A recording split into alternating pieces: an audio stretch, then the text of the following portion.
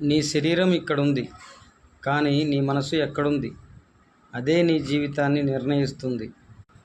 మనిషి జీవితంలో పెద్ద సమస్య ఏమిటంటే, అతను ఒక చోట ఉంటాడు, కానీ అతని మనసు మరొక చోట తిరుగుతూ ఉంటుంది. పుస్తకం ముందు కూర్చుంటాడు, కానీ ఆలోచనలు మాత్రం ఎక్కడికో వెళ్ళిపోతాయి.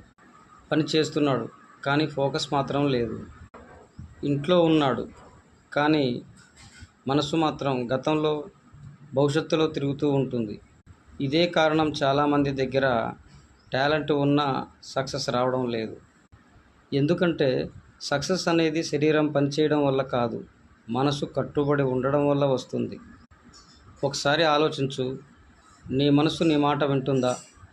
లేక నువ్వే నీ మనసు వెనుక పరుగెడుతున్నావా? నీ మనస్సు నీ చేతిలో లేకపోతే నీ జీవితం కూడా నీ చేతిలో ఉండదు.